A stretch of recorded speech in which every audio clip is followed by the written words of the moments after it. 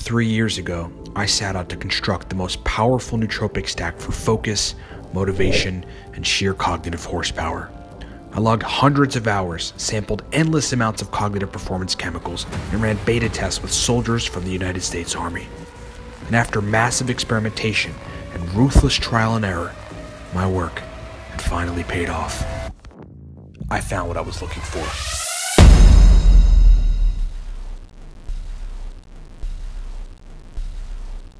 Boom! Secure a bottle of the Cortex stack at livecortex.com. We intended to build a stack that was basically the natural version of modafinil. That's what folks say about the stack that respond well to the stack. That was our target. That was sort of what was requested of the beta testers that initially tested the sort of beta test of the stack.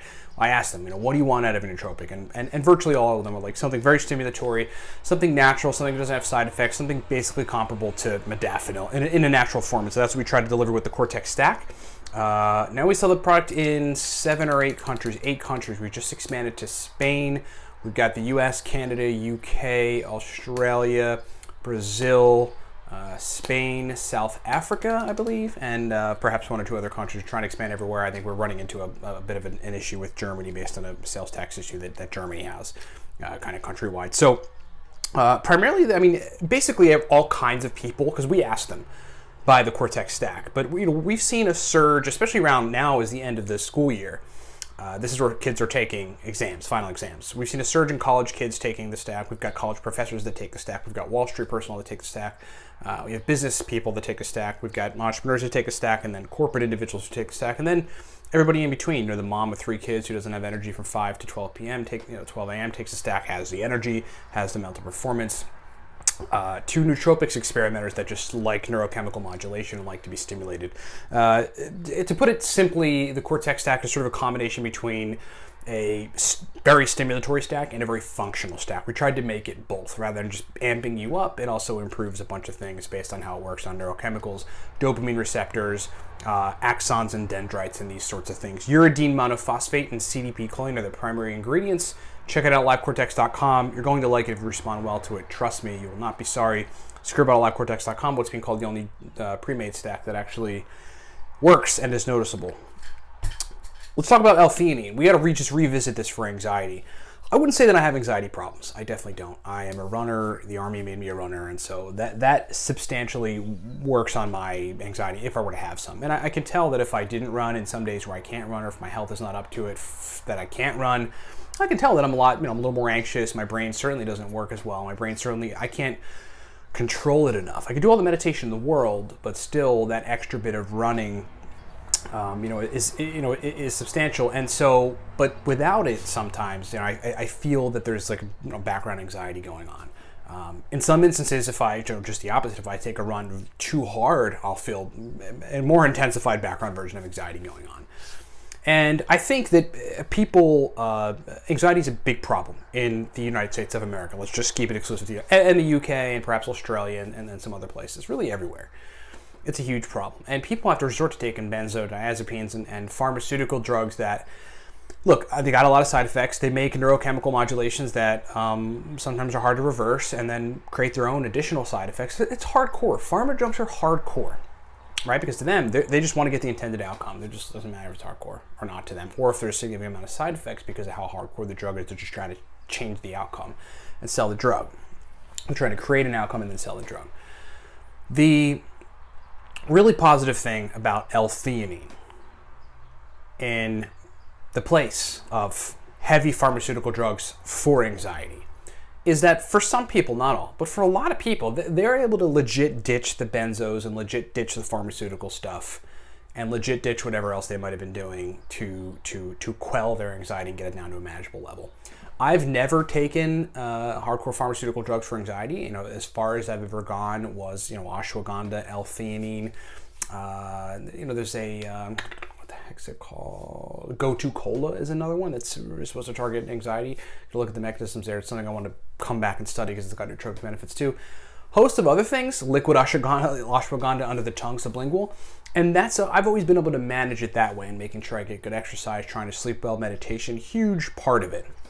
Sitting down and relaxing. But theanine, I mean, these days, for me, theanine is just the best bet. You know, I mean, it's the cheapest. I can buy bulk powder of it and throw it down 1,000 milligram quantities. And it's just the big difference. Let me give you a quick story on it. And then, you know, we'll just sort of finish up on the main point of, yes, L-Theanine is pretty profound for anxiety. It's pretty profound, but you got to find the right dose. So, you know, I recently started running again. You know, I had to take a break from running for one reason or another, a couple of reasons. And I started running again. And I have that type A personality where, like, when I start running, I just want to get back to my old pace per mile, my old distance, which is insane. I used to run like 8 miles, 7.5 minute pace per mile. That's like insane, right? And so, you know, I have a tendency, like, when I start things up, my conditioning isn't up yet. I act like my conditioning is and just try to go and run, you know, 8 miles, 5 miles, whatever, at a fast pace, or even 3 miles at 7 minute pace per mile. You know, when I get down to the lower miles, 2-3 miles, I can do 7 minute pace per mile, no problem. And so, you know, I tried doing that recently because I'm stubborn and I'm type A, and you know, I was able to work my way up. I was pretty tired and beat after the runs, but the thing that ensued was, in fact, a significant amount of leftover anxiety. I could feel my heart just thumping through my chest, particularly when I went to bed at nighttime. I knew it was an issue. It messed with my digestion too, because I mean, that's a whole other thing that, like, you know, functional medicine doctors are on top of now, realizing that stress hormones go and, you know, prevent the gallbladder from secreting bile and the stomach from secreting hydrochloric acid to break down your food and stuff, and you end up with digestion issues, at least partially, as a result of being stressed. It's real. What stress does to the body and other functions like digestion and other things is totally real.